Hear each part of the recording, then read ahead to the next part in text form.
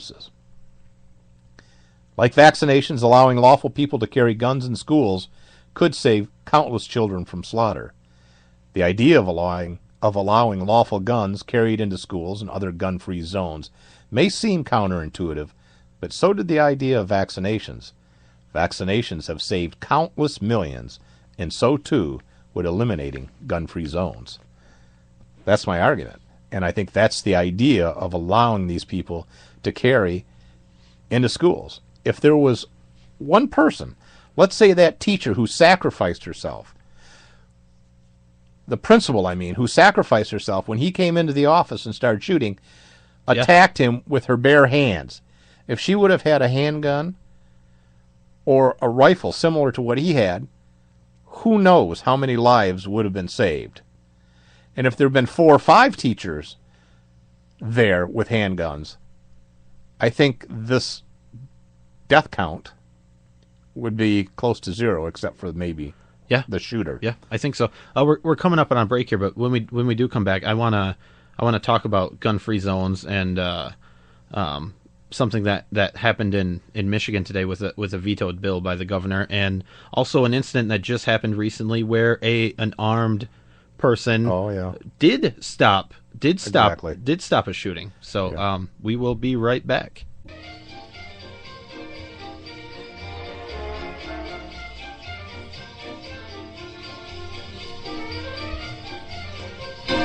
All right, we're back here. Like I said before the break, in Michigan, we've mentioned this before. Senate Bill 59. Yep.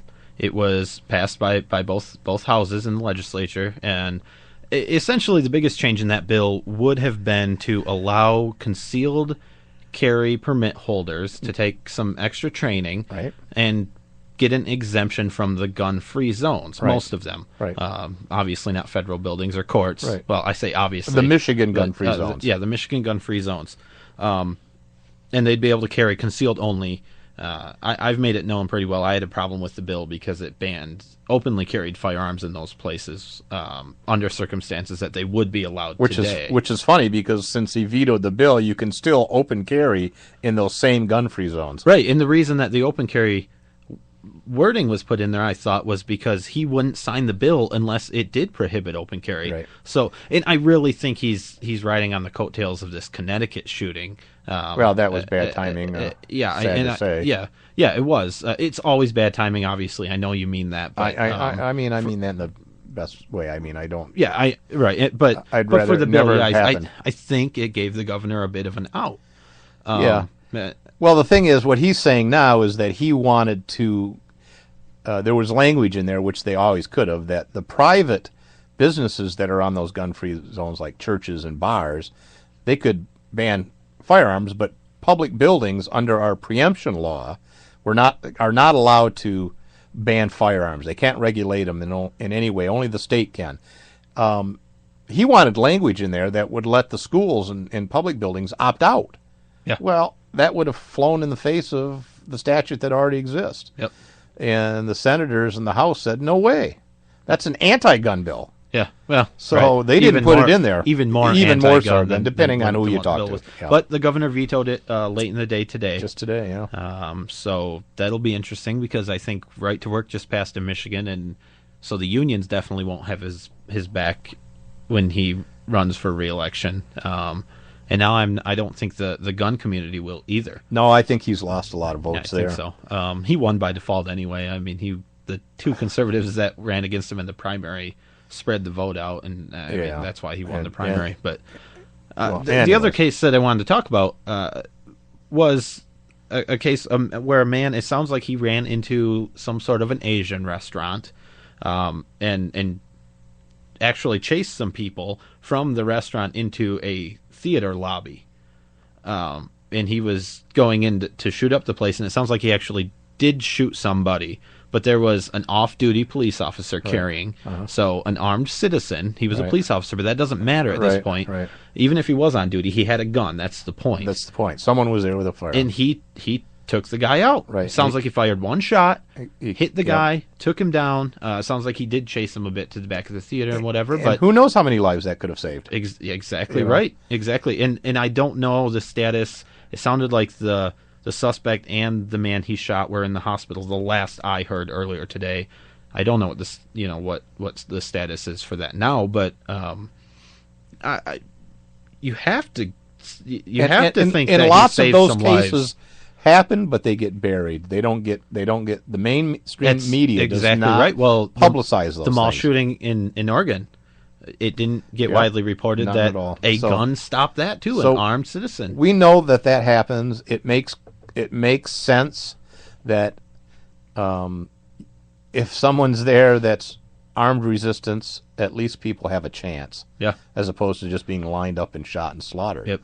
I mean, I have a quote from Obama, who during his he actually went to mournful to talk, Newtown and gave a speech at Newtown, talking about using a catastrophe for his anti-gun agenda. I want people to listen to this. This is what he said. Are we prepared to say that such violence visited on our children year after year after year is somehow the price of our freedom? Well, sad to say, but that's true. Freedom is not cheap. In order for us to have freedom, things like this have to happen. No. I know what you're saying, and I'm with you. I have another quote. The reason this happened, and the reason it was so bad, is because our freedom was taken away. We are not free to carry in these gun-free zones, so people are going to be slaughtered. But the point is, until we're allowed to legally carry a firearm in there to he's going the other way. Ourselves, he wants to take all your freedoms away. He's a complete moron. There's nothing that he has done that has made a bit of sense since he's become president, or the 10 years before that. I always like this saying that safety is the tyrant's tool for who can be against safety. That's exactly right. You can't. How do you argue against safety? And tyrants have been using safety as an excuse to disarm the citizenry for hundreds of years. Yeah, and it will continue as long as we let it. But if you think about the vaccination analogy, it makes perfect sense. Now, there's some other things that I can go in real quick. Lieutenant Colonel David Grossman, who's a world expert on using violence against other people, he studies it. He trains police officers, the military. He knows what it is. He made some comments about school shootings, and he says we spend more time and money on fire drills than we do on active shooters, and we haven't lost one student to a fire in 50 to 60 years. Yeah. So he's got the 5 Ds. First is denial. Denial is the enemy, and it has no survival value. You deny you have a problem, you don't do anything about it. Deter police officers in schools. Because just one officer assigned to a school, the probability of a mass murder in that school drops to almost zero. That's expensive. I don't see many people doing that. Armed security is expensive. Oh, I don't know. A lot of schools. I know the high school I went to years ago had a resource officer, and it was an armed officer who. Well, the only thing I saw was he stood in the hallway. Well, but as you know, funding is low. And so police officers are already spread thin. Sure, but so we can just almost have money enough. And so no, but what about retired? Somebody suggested retired or out of work veterans, military veterans. They have the training. They have the training. You get them a concealed pistol license. They're largely unemployed now. Right, that's what I'm saying. You hire them, you pay them a wage, and they would love to have a job. Oh yeah, and do that. I don't think that's a bad idea at all. Okay, detect. That goes back to what you're saying, the mental illness kind of stuff. What do you do, though? Law enforcement can go on, and it's mostly directed to a law enforcement audience, although he talks about citizens. Delay. Various simple mechanisms can be used by teachers and cops to put time and distance between the killers and the kids. 1. Ensure that the school classroom has just a single point of entry. Simply locking a back door can create a hard target. In this case, it didn't. He shot through the glass. But a bar, you put up a metal bar or two, through that glass so someone can't squeeze through it. Yeah. I mean, are we going to have... Well, I know. It's going to look like a prison, like the gas stations in downtown Detroit, that you go to with the bulletproof glass. And well, you might come to that.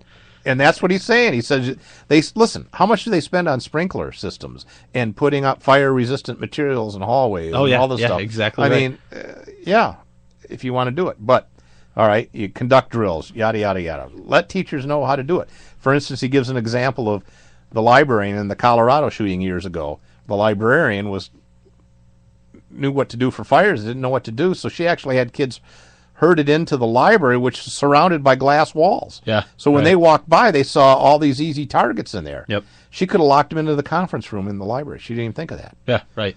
Okay. And even with training, I mean, people aren't going to be thinking clearly, but definitely but you have training. Definitely. If there's students in your room, this is where you put them. Definitely. And that one helps. teacher did that. She locked her kids inside of the locker in the bathroom? or bathroom. The one teacher. There were several stories, but and she got killed. Okay. Well, yeah, she came in there and she says, "There's no kids They're here." in the gym, and she shot her, and he walked away. Yep. So, he's saying destroy is the other one. Carry guns off duty for police officers. Equip cops with, rifles in their cars. Smoke grenades, he says. He says nobody would run across an open field in battle. You put smoke down. But he says, fire extinguishers. You spray a fire extinguisher in their face, or you use it to confuse them. Is he the one that says carrying off duty? A cop carrying off duty. Nobody would chastise a fireman for carrying a fire extinguisher off duty. Right. So why? I like that. He talked about security guard. He goes, unarmed security guards are really runaway security guards when trouble happens. He says, with a pack of quarters on their hip and a payphone nearby. You don't have a fireman go to a fire without a hose. You don't have police officers. All right. Yep. Smoke grenades. Okay. We're almost running out of time. Anyways, he was saying, teaching the teachers how to use a fire hose in a building to squirt a shooter. Sure.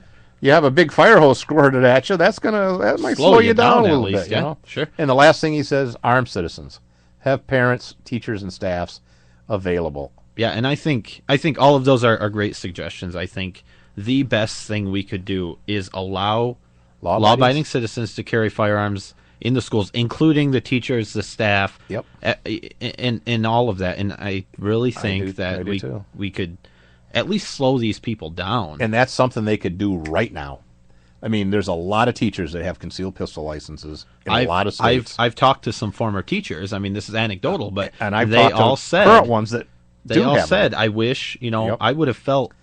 This isn't new. Much more comfortable. There's a school in Texas that allows their teachers to do it. And I'm not saying force the teachers. No. They, it's a right, and it should be a right. Because what's the difference of a teacher? But don't deny them. What's the difference of the teacher out at McDonald's eating or a teacher in a classroom? Right. How are they more dangerous with a firearm in the classroom than they are at McDonald's with their own family? Yeah, well, exactly. Who you assume, that they care about more than the students, right? I mean, they do. Yeah. But that's true. I mean, and don't think we're alone. There's mass shootings in Canada, Europe, all over America. Are there any in Israel? Does that happen in schools in Israel? Not so much, because usually they have teachers, and they also have parents carry guns on school trips when they go on buses and go to field trips and stuff. They have a mom volunteer, dad volunteer, and they have those scary black rifles. Israel is a completely different beast, and I understand that. And I understand they're in a war zone. I understand the difference of opinions that people have on Israel, but we can take some from have school shootings, right? And they don't have too much terrorism on their airplanes, because they have profiling and enhanced security and things like this, and they're just tough on that stuff. All but right, we're getting ready to wrap it up here. Hopefully this was a bit insightful. I mean, like Brian said, we are not alone with our thoughts on letting armed citizens carry in schools. But really, unfortunately, the people in power in this country believe the exact opposite of. That's what I want for Governor Schneider of Michigan. Yeah.